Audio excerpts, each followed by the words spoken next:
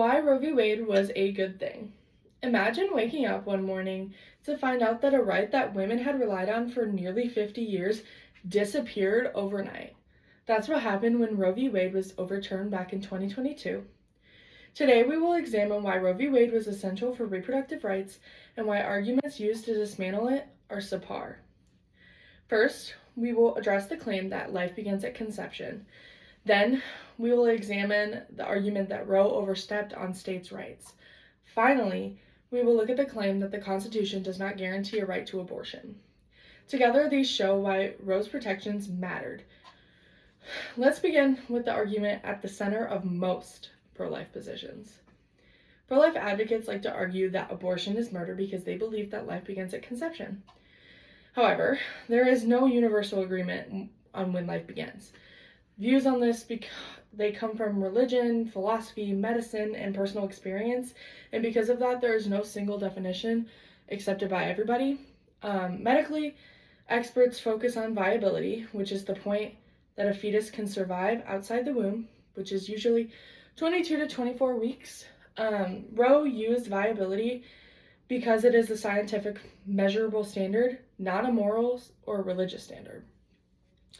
The paper Biologist Consensus on When Life Begins explains that Roe viewed viability as the point when a state's interest becomes compelling, stating that the potentiality of human life grows during pregnancy and first reaches a compelling point at fetal viability. Viability occurs around 22 to 24 weeks, and 99% of abortions happen before 24 weeks. 90% of them are within the first 13 weeks. At those stages, a fetus cannot survive outside of the womb. So the claim that abortion is murder doesn't align with the medical reality or legal definitions of predictable life. The claim that abortion is murder won't hold up legally or scientifically. People disagree on when life begins, and those disagreements come from personal belief, not universal standards. Roe relied on viability because it is a measurable and medically grounded, since almost all abortions occur long before viability. The idea that people are killing a baby doesn't match biological or legal definitions. Roe protected individuals' freedom by preventing one moral belief from being forced on everybody. Now that we understand why viability matters, we can look at the claim that Roe took power away from the states. Roe was based on an already recognized constitutional right to privacy under the 14th Amendment. The court didn't invent a new right. It applied an existing one. When a right is fundamental, states can't violate it, so Roe simply enforced those limits. The Center for Reproductive Rights explains that Roe recognized the decision to continue or end a pregnancy belongs to the individual, not the government. And that liberty under the 14th Amendment includes the right to abortion prior to fetal viability. Roe followed in earlier Supreme Court cases protecting intimate personal decisions. The Brennan Center notes that Roe v. Wade treated abortion as a fundamental right, meaning states could restrict it only if they had compelling interest, none strong enough to ban abortion before viability. Roe didn't overstep states' rights. It upheld constitutional protections that already limit the state's power. Roe didn't violate states' rights. It enforced constitutional boundaries that prevent states from infringing on fundamental rights. The 14th Amendment protects privacy and personal decision-making, and Roe applied that principle.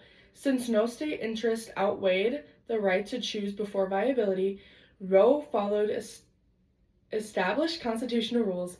The claim that Roe overstepped some ignores how fundamental rights work. Now we can address the argument that abortion isn't protected because the Constitution doesn't mention it. Many fundamental rights aren't written word for word in the Constitution. Marriage, contraception, parental rights, and the right to refuse medical treatment, just some examples, they aren't listed. Yet, they're protected. Under the 14th Amendment, it's the guarantee of liberty that covers personal decisions central to dignity and autonomy. Roe just applied that. The National Library of Medicine notes that the 14th Amendment expanded its protections beyond what was written in 1791 and explained that sex-based non-discrimination is relevant to abortion access, even though abortion wasn't mentioned in the amendment. Sorry. The same source explains that Roe recognized abortion as a constitutional right, and Dobbs overturned it by claiming that abortion wasn't embedded in history, but that ignores the long-standing principle that the 14th Amendment protects fundamental liberties even when not explicitly listed. So the absence of the word abortion doesn't mean the right can't exist.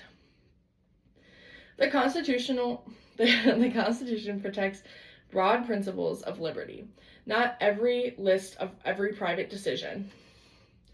Many essential rights aren't named in the text, but are protected because they involve personal autonomy, and abortion fits into that tradition. Roe applied the 14th Amendment's protection of liberty to a deeply personal choice, just as the court had done with other unlisted rights. Today, I showed you that common arguments against Roe don't hold up.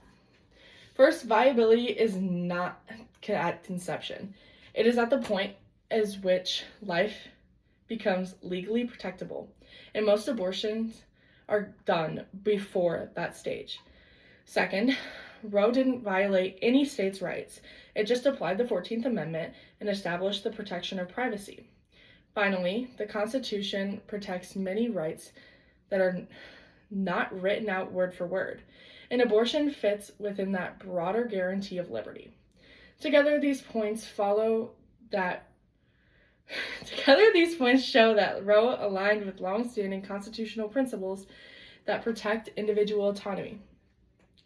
The fight for reproductive freedom is ultimately a fight for our future, where everybody can make decisions about their own lives with dignity and autonomy. Thank you.